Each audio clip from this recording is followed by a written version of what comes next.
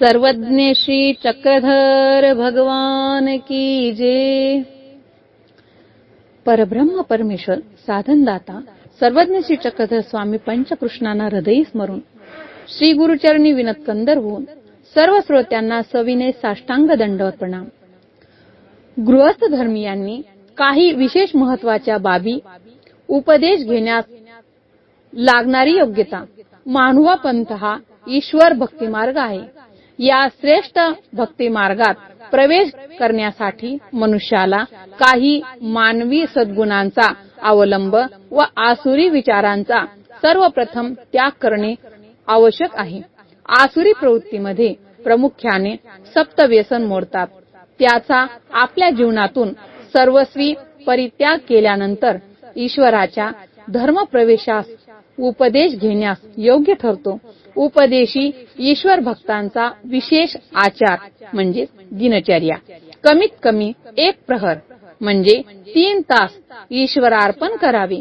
परमेश्वर धर्मात प्रवेश केल्यानंतर उपदेश घेतल्यानंतर आपल्या दिनचर्येतला 1 प्रहर म्हणजे कमीत कमी 3 तास ईश्वरार्पण करण्याचा संकल्प धारण करावा।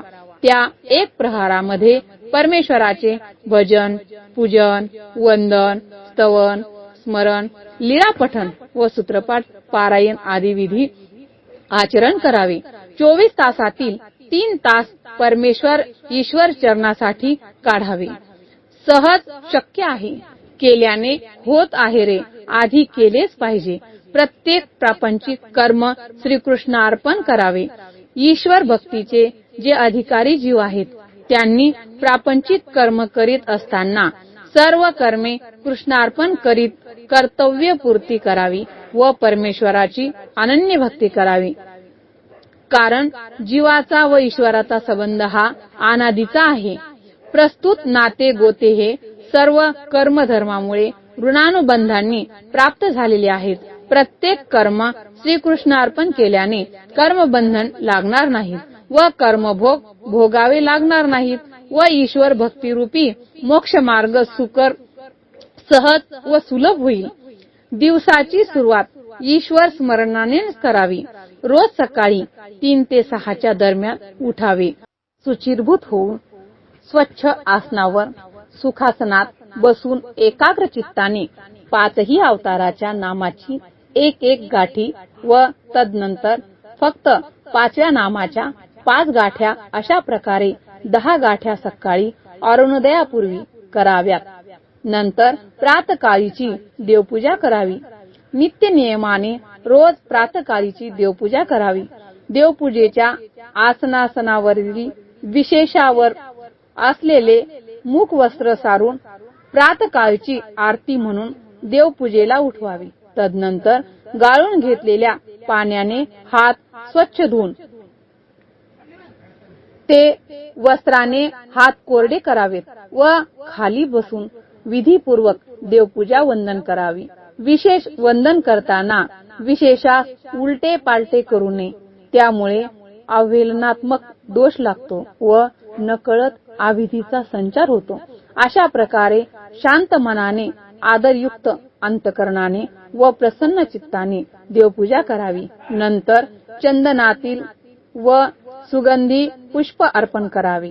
विडा आसनावर दिवसभर ठेवून त्यावरील पैसे वेगळ्या डब्यात संचित करावे। प्रातःकाळचा पूजा अवसर म्हणावा। तदनंतर धूप, उदबत्ती व आरती ओवाळावी। 5ही अवताराच्या नावाने 5 दंडवत घालावे। त्यानंतर प्रसव मोडण्यासाठी 2 दंडवत घालावे। दुपारचा पूजा अवसर सुद्धा विधीपूर्वक करावा। दुपारी घरच्या गृहिणींनी किंवा घरी असलेल्या सद्गृहस्थांनी दुपारचा पूजा अवसर म्हणावा। विशेष वंदन करावे। धूप आरती ओवाळावी। पुष्प वाहावे। ताज्या भोजनाचा उपहार भरून संकल्प सोडावा। प्रभूंना भोजनासाठी 5 दंडवते घालावीत। प्रार्थना म्हणावी। 5 गाठ्या किंवा 1 गाठी स्मरण करावे। उपहारातील प्रसाद घरातील सर्व जणांनी आपल्या भोजनात मिसळून खावा। जेवताना एखादी भोजनाची लीळा आठवावी। प्रसन्न चित्ताने जेवावे। उष्टे सोडू नये। सायंकाळचा पूजावसर विधी असावा. सायंकाळ म्हणजे 6 ते 7 वाजेच्या दरम्यान सर्व सदस्यांनी एकत्र बसून पूजावसर म्हणावा. शक्य नसल्यास कॅसेट लावून वातावरण निर्मिती करावी. तदनंतर एकत्र बसून देवपूजा करावी. प्रत्येकाने स्वतंत्रपणे देवपूजा करू नये. अवहेलनात्मक दोष लागतो. शक्य नसेल तर मागे राहिलेल्या व्यक्तीने क्षमा याचना करून क्षेत्र दिल्याबद्दल दोष लागू नये म्हणून प्रार्थना करून देवपूजा करावी. धूपारती ओवाळावी. आरती आधी मोठ्यांना व साधू ओवाळायला द्यावी. देवपूजा विधी झाल्यानंतर परस्परांना दंडवत प्रणाम करावे. देवपूजा विधी झाल्यानंतर लहान मोठ्या सर्वांना एक रेम थोडे वाकून दंडवत प्रणाम करावा. दंडवत प्रणाम ह्या पूर्ण शब्दाने उच्चारण करावे. नुसते दंडवत म्हणू नये. एक महानुभाव पंथच जगातील एकमेव द्वितीय पंथ आहे जो सर्वांना एकमेकास दंडवत प्रणाम करण्याची शिकवण देतो. कारण न जाणो कोणत्या जीवाला ईश्वराचा किती तोष आहे. ईश्वराच्या तोषाला पात्र असलेल्या जीवास दंडवत प्रणाम करून आपणही परमेश्वराच्या प्रसन्नतेला पात्र व्हावे. हा दैनंदिन विधी नियमित पूर्वक प्रत्येक उपदेशी साधकांच्या घरी रोज होणे आवश्यक आहे. रात्री जर ताजे भोजन असेल तर त्याचा उपहार दाखवावा. नाहीतर दुधाचा उपहार दाखवून संकल्प सोडावा. रात्री झोपण्यापूर्वी नामस्मरण करावे. रात्रीच्या जेवणानंतर जास्त वेळ टीव्ही समोर बसून वेळ वाया न घालविता 10 पर्यंत झोपण्याची सवय लावून घ्यावी. म्हणजेच पहाटेला जाग येते. झोपण्याच्या आधी कमीत कमी 5 गाठ्या 5 नामाचे स्मरण आवश्यक केले पाहिजे. कोणत्याही परिस्थितीत अन्य देवी देवतेंना शरण जाऊ नये. कोणतीही दृष्टपर इच्छा असो, कोणतेही काम असो, त्यासाठी अन्य ज्योतिषी तांत्रिक मांत्रिक देवी देवतेंना शरण जाऊ नये. त्यामुळे विकल्प दोष लागतो व परमेश्वर सृष्टीपर्यंत उदास होऊन ईश्वर सर्व समर्थ आहेत, अनार्जित दाता आहेत. जे आपल्या भाग्यात नाही ते सुद्धा परमेश्वर देतात. गरज आहे फक्त एकनिष्ठ भक्तीची, अतूट श्रद्धेची व योग्य विधी आचरणाची. दर आठवड्यातून 1 दिवस देवपूजेस मंगल स्नान करावे. आठवड्यातून 1 दिवस शुक्रवारी किंवा रविवारी आपल्या जवळ असलेल्या आसनावरील सर्व संबंधित विशेषांना मंगल स्नान घालावे. त्यासाठी प्रथम पान सुपारीचा विडा अर्पण करावा. प्रार्थना करावी. 2 दंडवत घालावे. स्वच्छ हात धुवून स्वच्छ पात्रात परातीत विशेष ठेवून दूध किंवा दही, दूध, केळी, शिखरण याचे विशेषांची हलक्या हाताने मर्दना करावी. दुसऱ्या हाताने उष्णोदकाने विशेषावर हळूवार पाणी ओतावे. स्वच्छ कपड्याने विशेष कोरडे करावे. आसनावरील वस्त्र बदलावे व विशेषांची यथावत स्थापना करून सुगंधी तेल अत्तर लावावे. नंतर अष्टगंध, केशर आदीचा मंगल तिलक लावावा. पुष्पहार अर्पण करावे. स्नानाचे पाणी चरणोदक सर्वांनी 2-2 थेंब तोंडात टाकावे. बाकीचे झाडाच्या बुडाला, आळ्यात जिथे आपले पाय पडणार नाहीत अशा ठिकाणी टाकावे. मोरीत व गटारीत चरणोदक टाकू नये. नंतर पान सुपारीचा विडा अर्पण करावा. दक्षिणा ठेवावी. आरती उदबत्ती ओवाळावी. विड्यावर ठेवलेले पैसे स्वतंत्र साठवावे. घर खर्चास वापरू नये. योग्य साधू श्रीकृष्ण अर्पण करावे. काही अत्यंत महत्वाच्या गोष्टी. पूजा घर मंगलमय वातावरणात असावे. शक्य असल्यास पूजा घरासाठी स्वतंत्र छोटी रूम असावी. त्यासाठी छोटेसे मंदिर पूर्वाभिमुख व उत्तराभिमुख स्थापन करावे.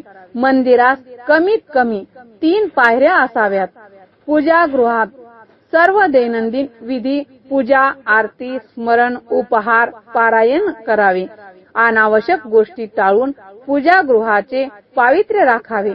देवपूजेसमोर उच्च आसनावर बसू नये. चामडी वस्तू ठेवू नये. अडचणीच्या जागी देवपूजा नसावी. पूजागृह पूर्वेत्तर ईशान्य कोपऱ्यास साधता आले तर अतिउत्तम. देवपूजेतील विशेष प्रसादाचा संग्रह विधिवत असावा. देवपूजेतील प्रसाद विशेषदी वंदनाच्या वस्तू प्रसन्नतेने श्री गुरूंकडून संत पुरुषांकडून प्राप्त झाले असावे. चोरून किंवा दुकानातून विकत घेऊ नये. विकत घेतलीस तर त्याला विशेष लावून घ्यावा. जास्त पूजा प्रसादाचा संग्रह केल्यानेच मोक्ष प्राप्त होणार असा गैरसमज मनात असेल तर तो काढून टाकावा. प्रसन्न होऊन दिलेला प्रसाद असतो तोच वंदनाने गोमटे होऊ शकते किंवा गोमटे देऊ शकतो. आपल्या उत्पन्नाचा 10% भाग धार्मिक कार्यासाठी वापरावा. आपले जे मासिक वार्षिक उत्पन्न असेल त्याचा 10% भाग धार्मिक कार्यासाठी म्हणजे दान, तीर्थाटन इत्यादीसाठी वापरावा. वर्षातून एकदा तरी तीर्थाटन करण्यासाठी वेळ काढावा. चतुर्विध साधनाच्या ठिकाणी भजन, पूजन, दान करावे. अन्य जीवाच्या ठिकाणी पुण्य भावनेने भजनादी क्रिया करू नये. उदाहरणार्थ कुत्र्याला, कावळ्याला, कबुतराला, भिकाऱ्याला देणे इतर.